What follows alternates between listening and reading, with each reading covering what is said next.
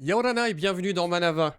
Du 29 juin au 15 juillet aura lieu le grand rendez-vous culturel de l'année, le Hevaï Tahiti 2023. Le Hori Tahiti en est le symbole et nos invités du jour vont nous faire partager leur passion et leur connaissance de cet art ancestral. Avec nous aujourd'hui, Fabien Maradinar, qui est le directeur du Conservatoire artistique de la Polynésie française, le CAPF. Marguerite Lai, qui est chef du groupe Hotaitie. Yorana. Nathalie Alouva, qui est directrice de l'école Oriei Hori Tahiti. Yorana. Et Touari Traki, qui est danseur. Yorana. Ravi de vous accueillir tous les quatre sur ce plateau. Merci d'avoir répondu à notre invitation. Fabien, première question pour toi. C'est toi qui vas ouvrir le bal. Comment définir le Hori Tahiti? Le Hori Tahiti, c'est un pan, une partie de notre culture. Je ne parle pas de la culture traditionnelle de ce peuple.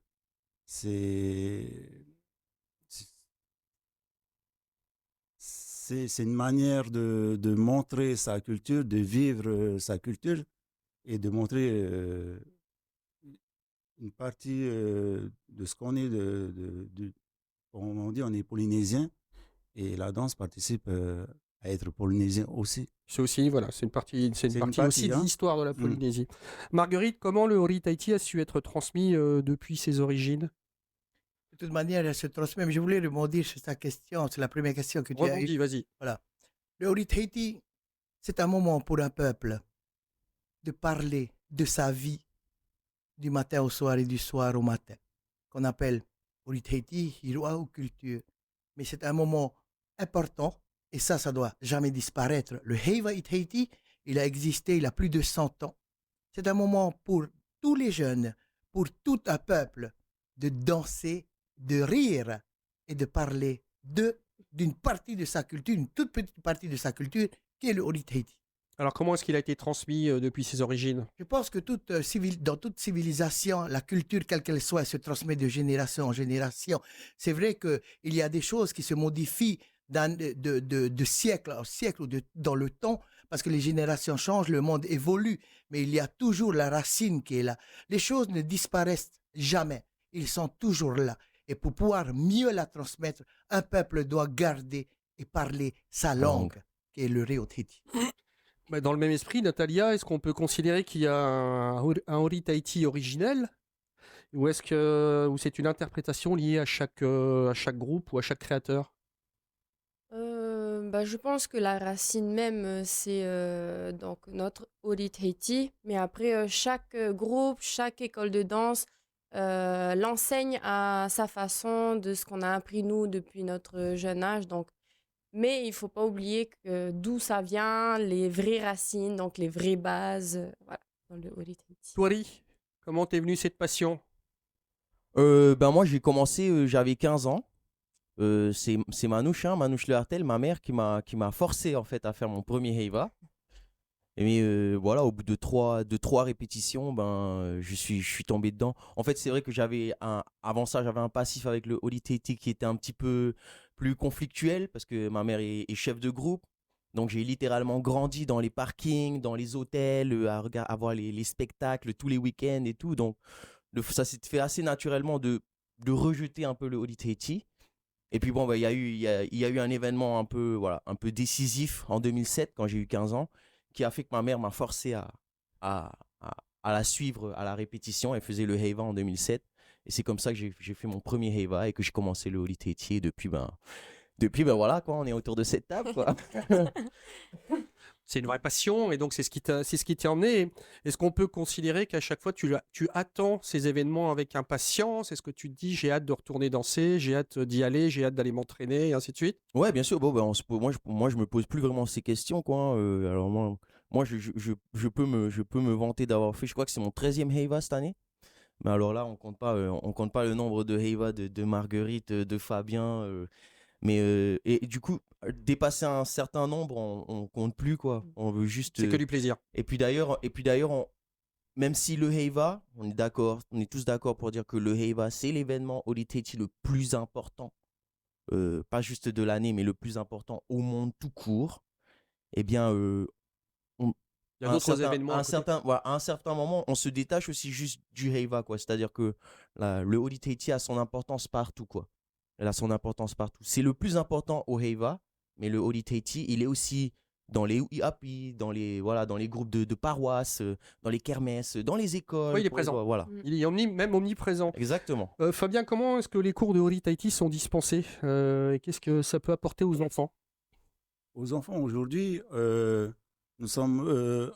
nous intervenons dans les écoles parce que ça fait partie de leur cursus aujourd'hui. Nous avons les classes à horaires aménagés et dans leur parcours scolaire, il y a le parcours culturel. Et naturellement, les écoles se sont retournées vers nous pour pouvoir intervenir dans les écoles. Et aujourd'hui, on a constaté, pas aujourd'hui, mais on intervient depuis 2014, je crois, 2016, dans les écoles, que ça contribue à l'épanouissement de l'enfant. Parce que danser, jouer du tauéré, avoir un parcours culturel dans le cursus scolaire, eh bien, l'enfant est épanoui, il a une meilleure... il se valorise, Voilà. il est valorisé. Et puis les parents sont là parce que c'est quelque chose qui leur parle. Et les résultats à l'école sont meilleurs. C'est ce qui a été constaté dans Ça tire les choses l'éducation. vers le haut. C'est une bonne Oui, et chose. puis ils ont constaté également qu'il y a beaucoup moins de décrochage scolaire pour ces ados qui arrivent en 4e, 3e. Et bien, il y a ce constat. Et les enfants, ils viennent ou nous, on se rend dans les écoles une fois par semaine. Et ils attendent beaucoup ce moment-là pour pouvoir vivre cette culture, la danse, les percussions, les chants. Marguerite, tu as commencé toute jeune aussi à danser. Parlons un petit peu de ton histoire et de ton Tout rapport d'abord, au je Holy voudrais Tahiti. juste rebondir à la question que tu as Marguerite posée a à décidé Natalia. de rebondir Vite fait, aujourd'hui. non, c'est pas de rebondir. C'est de dire, le Holy Tahiti n'est pas du 17e à aujourd'hui, au 21e siècle. C'est sûr qu'elle a évolué. Ça n'a plus rien à voir avec ce qui se passait au début. Mais l'esprit reste toujours le même. Ça, c'est important. bon. J'ai commencé à danser, on a toujours dansé. Les Polynésiens ont toujours dansé. Pour tous les événements, ils ont toujours dansé. Que ça soit la mort, le mariage, ils ont toujours dansé. Ce sont des gens qui aiment leur pays et qui aiment la fête, comme tous les peuples. Mais j'ai commencé à danser, j'avais 11 ans. J'ai commencé à aller à Anne-Marie Javoué et j'ai commencé à danser avec Madame Odette Frogier Stimson, qui a apporté, qui a même imposé la culture tahitienne, polynésienne, dans les écoles catholiques. Mais la danse, elle était tout à fait autrement que celle-ci. À chaque kermesse, il fallait qu'on danse ou des aparima ou des OTA. Mais c'était des OTA sans instrument. C'était plutôt avec la guitare et tout ça. Les pas, c'était tout à fait autre chose. C'est pas le moment de le montrer, mais on a toujours dansé. Dans ma famille, on a toujours dansé.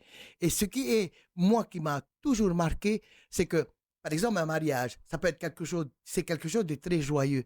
Puis tout d'un coup, ils se mettent à chanter, et puis ils donnent les noms, et puis ça part, mais ça n'a pas de fin. Ça part dans une joie incommensurable, dans une joie qui est montrée par la danse. Mais le peuple polynésien a toujours dansé. Toujours, comme dans plusieurs civilisations. On va justement s'appuyer un tout petit peu sur cette histoire et le Holy Tahiti a pu survivre, entre autres, à l'interdiction de la danse en groupe qui a été imposée pendant plusieurs décennies et qui était liée à la christianisation. Le mot n'est pas facile. Ouais, ben, Comment est-ce qu'on a réussi à passer ces décennies et à continuer à faire vivre le Holy Tahiti? alors, il faut que vous sachiez que le Holy Tahiti, pendant toutes ces interdictions, par la christianisation de l'Église protestante et de l'Église catholique, les Polynésiens n'ont jamais arrêté de danser. La reine Aimata IV, les Mamaya, ils dansaient toujours, ils chantaient toujours. On ne s'est jamais arrêté. Oui, devant le grand public, en pleine ville, on ne le dansait pas, mais ça n'a jamais arrêté. Et aujourd'hui, comme le tatouage, comme le tatau qui est revenu à fond, on ne peut pas, on aura beau, n'importe quel colonisateur pourra interdire à un peuple une partie, il n'arrivera pas. Ça reste, c'est inné, c'est dans notre sang. Nous le portons dans notre sang de génération en génération. On le fera clandestinement. C'est ce qui était fait en fait. C'était une forme de clandestinité. En tout cas, c'était pas au grand jour et c'est ce qui a permis de garder un lien avec le passé, de perdurer. Natalia, est-ce que au sein des écoles ou au sein d'une école, est-ce qu'on parle de cette histoire aux jeunes gens? Et justement, pour revenir sur ce que disait Fabien, est-ce que c'est aussi cette transmission de l'histoire qui est importante? Alors, pour nous, les écoles de danse privées, on n'a pas forcément de cours de culture générale. Mais au conservatoire, j'ai eu la chance de côtoyer John May où on parle justement de, peut-être pas de l'origine, mais plus de nos histoires à nous, d'avant, quand ça a été colonisé et tout. Donc, c'est important de savoir ça pour ensuite comprendre ce qu'on raconte, même à travers les apparima. Des fois, on parle de ça et il faut vraiment le savoir et l'avoir appris par nos plus âgés, Ouais, il y a une voilà, transmission c'est ça, une intergénérationnelle. transmission pour pouvoir ensuite transmettre à la future génération. Et ce qui est important, Oui. ce qui est même primordial. Comment est-ce qu'on réussit à garder, et je poserai la question aussi à Marguerite, comment est-ce qu'on réussit à garder à la fois l'origine du Ori Tahiti et comment on réussit à le moderniser? Ben, pour ma part, en tout cas, on est obligé de le moderniser. Aujourd'hui, c'est difficile, en tout cas pour les jeunes, c'est difficile de rester purement traditionnel. Les jeunes, ben, ils vont... Bon, c'est ce qui va le faire évoluer aussi, de toute Oui, façon. voilà. Ben, de toute façon, depuis au moins 15 ans, ça a vachement évolué, hein. Moi, bon, j'en ai 24, mais j'ai déjà vu, dès mon plus jeune âge, que ça a bien évolué. On a des déplacements maintenant, beaucoup de déplacements, des formations, des pyramides, des cercles. Enfin, avant, il y avait juste le Pawa Hivino où c'était la formation principale. Mais sinon, par rapport à la chorégraphie aussi, forcément, ça a modernisé. Mais je pense qu'il ne faut pas aussi oublier la tradition et revenir sur les petites choses que j'apprends moi à mes élèves. Voilà. Marguerite, ton point de vue à ce sujet, comment est-ce qu'on réussit à garder à la fois l'esprit du Ori Tahiti et tout en l'ancrant faire en sorte que les générations y apportent leur pièce à l'édifice? Je répondais tout simplement, dans toute civilisation, du 15e siècle, 13e siècle à aujourd'hui, les choses évoluent. Ça va de soi. Mais il faut garder dans l'esprit qu'il y a, dans un arbre, il y a une racine, il y a des bourgeons, et ensuite la vie continue. Il y a moderniser. Pour moi, le mot moderniser, ne s'adapte pas. On n'est pas Actualiser. obligé, on n'est pas obligé. On n'est pas obligé de suivre les autres pour plaire aux gens. On fait et on montre, on fait ce qu'on aime, ce qu'on ressent le plus profond de nous-mêmes. Moi, je ne danse pas pour plaire aux gens. Pas du tout. Ni pour plaire aux danseurs, danseuses. J'apprends ce que j'ai toujours appris depuis le début. Toujours. Ce n'est pas au niveau des gestes, mais bien sûr qu'on évolue. Mais souvent, il y a des groupes qui adaptent des mouvements dans les groupes de danse qui n'ont aucun sens. C'est pas bouger pour bouger, c'est pas danser, c'est pas le Ori Tahiti n'est pas une danse sexuelle, c'est pas une danse érotique. C'est un moment où tu expliques, comme je disais tantôt, du lever du soleil au coucher du soleil, ce que la nature fait, ce que l'être humain, nous faisons partie de la nature. Et il faut faire très attention de ne pas faire évoluer ou moderniser le Ori Tahiti pour juste copier ce qui se passe à l'extérieur. C'est ça la perte de la culture d'un peuple. Si nous faisons les choses pour plaire à cette jeunesse, ils se perdent en même temps que nous. Oui, même Natalia, il y a une chose qui est très, très, très importante. Chaque enseignant de Ori Tahiti ou chef de groupe doit apprendre la langue du Reo Tahiti. C'est la langue qui te donne la base, comme on dit. C'est le mot qui donne le geste. Lorsque tu comprends une langue, tu peux traduire, tu peux comprendre la profondeur de son gestuel. Il ne faut pas oublier que dans le Ori Tahiti, à l'époque, on ne dansait pas, à l'époque, dans le 17e ou 18e, le Pawa Hivino. On dansait pour glorifier les dieux, on dansait les Hariyoi, dansait aussi pour montrer au peuple le message que le roi a envoyé. Aujourd'hui, le Ori Tahiti, on doit faire attention. Et c'est pour ça que je vais rebondir tout petit peu là-dessus. J'étais un peu avec Manouche, je parlais du dépôt du Ori Tahiti au patrimoine immatériel de l'humanité. Aujourd'hui, je suis tout à fait d'accord. Ça fait 4 ans qu'on en a parlé et pendant ces 4 ans, j'ai regardé à chaque fois je vais à l'extérieur pour être juge de Ori Tahiti, j'ai dit oui, nous devons déposer le Ori Tahiti au patrimoine immatériel de l'humanité. On doit le commencer au plus tôt parce que ça prend du temps. Long. Les dossiers sont très longs à défendre, à poser. Mais si les yoles ont pu être gardés, ont pu être inscrits, pourquoi pas le Ori Tahiti? Oui, ça a du sens. Pourquoi c'est ça? Parce que le Ori Tahiti est dansé partout partout dans le monde, Oui. jusqu'en Russie et en Chine.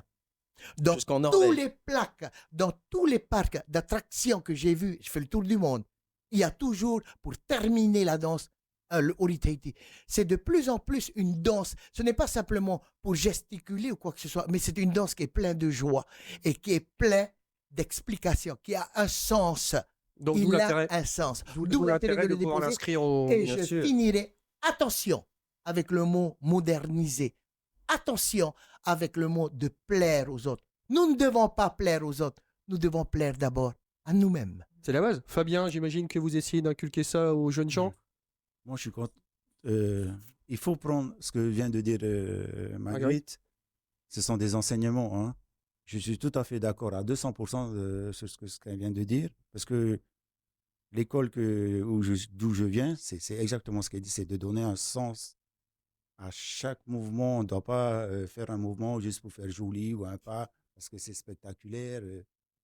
Si je suis revenu au Heiva, parce que j'ai eu à peu près 13 ans d'absence au Heiva, je suis revenu, c'était justement pour Pour revenir un peu sur des fondamentaux. Oui, mais continuer ce que Coco... je voulais prendre l'héritage de Coco et le transmettre à la nouvelle génération, aux jeunes, parce que, comme on dit, c'est de notre sang, c'est de mon ADN. Si je suis revenu au Heiva, ce n'était pas pour plaire ou faire joli, mais c'était pour transmettre cet héritage. Je ne sais plus ce que tu m'as posé comme question. L'idée, c'était Voilà, de mais je pouvoir- suis à 200% d'accord l'idée, avec ce c'était que de vient de pouvoir dire. justement s'appuyer sur cette origine et la réalité des choses, et pour le transmettre correctement et comme le disait Marguerite, de pouvoir aussi s'appuyer sur le Reo-Tahiti pour comprendre, expliquer et transmettre. Mais est-ce qu'au sein du conservatoire, on applique exactement ce genre de préceptes, ou est-ce qu'aussi on y amène des petites choses de temps en temps, comme pouvait nous dire Natalia? Oui, ça a été le cas sûrement avant moi, ou je sais pas, parce que c'est vrai que la danse, elle évolue, mais il faut pas oublier la base du Horitaiti, les fondements, où tout doit partir d'un décrit, parce qu'on doit raconter quelque chose. Et la base, c'est le Rio. C'est vraiment ce qui va servir de donner du sens à ce qu'on va danser, à ce qu'on va faire, au mouvement, au pas. C'est ce que aujourd'hui, depuis, ça fait 18 ans, je suis à la tête du conservatoire, et c'est toujours de travailler à partir d'un texte, et non pas c'est comme ça, on fait une choré, parce que non. Je dis non, on n'apprend pas une choré, on apprend à danser avec des écrits. Il y a des écrits, il faut raconter une histoire, raconter ce qu'on ressent ou une émotion. Chloé, dans ton état d'esprit, tu as commencé plus jeune. Tu es encore jeune, mais là, tu as pris un petit peu, on va dire, d'expérience, comme tu disais fort justement. Et toi, au sein d'un groupe, quand tu vas danser, est-ce qu'il y a on va dire les parties du spectacle où tu aimes plus, ou tu préfères danser en groupe, tu préfères danser seul? Qu'est-ce qui te stimule le plus? Ou c'est Bah, l'ensemble? J'ai l'habitude de danser de danser en solo, parce que bah, je fais beaucoup de workshops. Quand je juge des compétitions à l'étranger, je fais des démonstrations. Je fais aussi des petits projets personnels pour voilà, audiovisuel, télévisuel, des clips, des trucs comme ça, où je danse en solo. Mais je danse aussi énormément en groupe, hein. Je fais le Heiva, je fais le Huda Tapairu, je fais le Pin Ene presque chaque année et tout. Donc non, il y a pas, Ouais, tu te je trouves dans les préfère deux. pas, ouais, je me retrouve bien dans les deux, quoi. À Parce qu'en l'artiste plus, complet. on peut dire ça comme ça, j'espère. J'espère bien. Mais Rajouter quelque chose quand il aura fini. justement, mais vous parliez de l'étranger, Marguerite en a parlé, vous en avez parlé tous les quatre. Quand vous allez à l'extérieur, comme vous le disiez, ça doit être une forme de fierté de voir à quel point le Horitaiti a pris dans beaucoup de pays, y compris des pays par rapport à la Polynésie très exotique, hein, la Norvège, ce genre de choses. On va se dire pourquoi. Et en fait, c'est qu'il y a un engouement. Et comment est-ce que, quand tu les vois danser, je vais poser la même question à Marguerite, Natalia et Fabien, comment tu réagis, et est-ce que tu te dis waouh, enfin notre culture, elle se transmet bien? Moi, j'en suis ravi, j'en suis très fier. C'est quelque chose qui peut poser problème, hein. Je pense que tout le monde autour de cette table sera d'accord. parce que à chaque fois, c'est un peu polémiqué. Est-ce qu'on est en train de vendre notre culture? Est-ce qu'on n'est pas en train de la dénaturer, à la partager aux quatre coins du monde et tout? Non, parce qu'en fait, de toute manière, c'est notre rôle à nous, en tant que professeur et en tant que transmetteur Vous en de êtes les gardiens? savoir, Ouais. de savoir expliquer, de savoir poser des limites si jamais on est témoin de, bah, de faits, Ouais, si vous, tu te d'apprentissage retrouves qui sont un petit tu te peu retrouves dans abusifs. un spectacle et tu vois que c'est dénaturé, Ouais, tu leur dis voilà, clairement. c'est à nous. De toute manière, ça, c'est notre rôle à nous. Mais aussi, après, ben, si je veux dire, moi, en tout cas, jusqu'à aujourd'hui, j'ai été confronté à des gens, des étrangers qui avaient un immense respect, pas juste pour le Holy Tahiti, mais pour les Tahitiens. Pour eux, c'était très, très clair dans leur tête. C'est-à-dire qu'ils étaient très, très fiers qu'on partage ça avec eux et jamais ils se sont jamais ils n'ont donné l'impression qu'ils s'accaparaient quelque chose. Au contraire, c'est pour ça qu'ils nous font venir là-bas. Ils nous font venir là-bas parce qu'ils reconnaissent. Pour montrer le respect qu'ils montrent Exactement. Et sur ce parce type de qu'ils danse. reconnaissent notre légitimité à leur apprendre. Et donc, voilà. Nathalie, à ton point de vue de... Je... Pardon. Je suis tout à fait d'accord avec Touari. Moi, pour ma part, je suis partie au Mexique là, il n'y a pas longtemps avec 2 autres danseurs. Et justement, j'ai vu... C'est la première fois que je partais au Mexique pour des workshops. J'en ai pas fait beaucoup parce que je suis, je pense, la plus jeune dans le milieu. Euh, c'est vrai que c'est à nous Mais vous êtes les gardiens de ce c'est savoir. ça. Alors Marguerite, mais elle transmet son savoir aussi, et c'est vous qui en êtes les gardiens Ouais. maintenant. Mais il y a aussi un petit décalage là-bas. Enfin, on a, pour les compétitions en tout cas, il manque vraiment, comme disait Marguerite, le Rio Tahiti. Il manque vraiment des leçons sur ça. Parce que, par exemple, pour des gestes, je sais pas moi, fénois, ils vont nous faire fénois en haut. Enfin, il y a eu plein de petits désaccords qui... Et, Bon, déjà, c'est à ça nous va de... permettre aussi de garder l'originel Oui, bien sûr. intact, et ça montrera que le Ori Tahiti a du sens, et encore plus quand on maîtrise le Reo Mais Tahiti. ensuite, ces personnes-là font des cours. C'est justement des professeurs là-bas qui se trempent là-dessus. Donc là, c'est Marguerite qui va réagir. Voilà. Je la voyais de réagir du coin de l'œil. Il ne faut pas que le Holy Tahiti soit tout d'abord un business. Ça, c'est une chose. Il ne faut pas que dans le monde entier, et même dans mon propre pays, que le Holy Tahiti soit utilisé pour se remplir les poches. Je dis bien pour se remplir les poches. Moi, je dirais que nous devrons mettre dans le prochain Heiva, pour tout meilleur danseur et meilleure danseuse qui passera meilleure danseuse et meilleur danseur, doit parler le tahitien. Il faut qu'il y ait une déclamation dans la langue, que l'on vérifie, comme on fait les auditions aux chefs de groupe, qu'on fasse les auditions aux meilleurs danseurs, aux meilleures danseuses.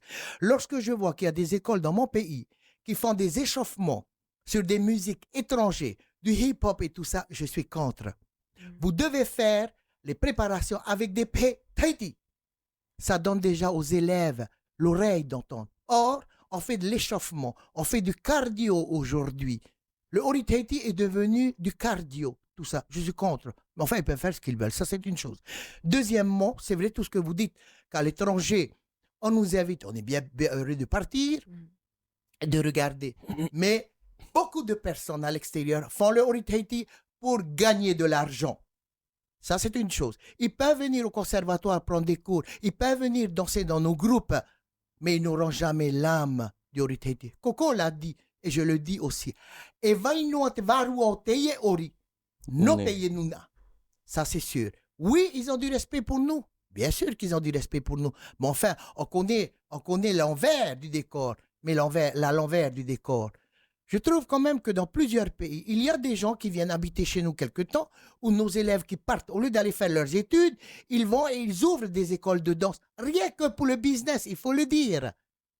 Écoute, chacun est libre de faire ce qu'il veut, on est d'accord. Mais si on continue comme ça, nous sommes en train de pourrir notre propre trésor. Alors, ça, dans, c'est une dans cet chose. esprit-là, Je finis juste en Ouais, disant. mais, Oh, Marguerite, voilà. Marguerite, j'ai le chronomètre dans l'oreille. Voilà. Attends, laisse-moi poser. Je vais rebondir On sur doit ta faire question. attention. Pardon, oui, mais il faut que je pose la question aussi à Fabien. Dans le même esprit, tu vas voir, c'est que à Caen, enfin moi je suis ici depuis quelques années et j'entends parler de temps en temps de la mise en place d'une académie du Ori Tahiti. Est-ce que ça aurait pas du sens? Et justement, dans ce qu'on vient de dire Marguerite, ça permettrait de protéger, on va dire, la substance même du Ori et de le faire perdurer correctement? Qu'est-ce que tu en penses? Est-ce que ça serait envisageable ou ça reste quelque chose de Ça limite dépend de, chimérique? ça dépend de quel point de vue. Pour des conservateurs, enfin pas comme moi ou Magritte, ce serait une bonne chose. Mais pour les jeunes, je pense ils ont un besoin d'évoluer et de faire autre chose. Donc ça les mettrait peut-être trop dans un carcan? Voilà, je pense qu'il faut pas qu'on fasse cela. Je vois pas aussi la nécessité de le faire. Je sais pas, je vois pas. C'était une Chaque groupe question. a une identité, une philosophie, un ADN. Et on sait ce que fait Othétier, on sait ce que fait Touakoura, on sait ce que fait Temeva. Voilà, ils ont un ADN et puis voilà.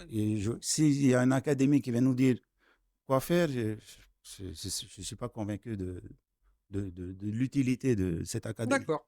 Voilà, on voit qu'entre tradition et culture polynésienne, le EVA va nous proposer encore de belles choses. Et puis, merci à vous d'avoir exposé votre point de vue et de nous avoir montré et démontré qu'on pouvait à la fois être que la tradition avait du sens et qu'il fallait aussi laisser une petite partie d'évolution. Je voudrais vraiment finir juste sur un truc. Et c'est vraiment la conclusion. Vraiment alors. la conclusion.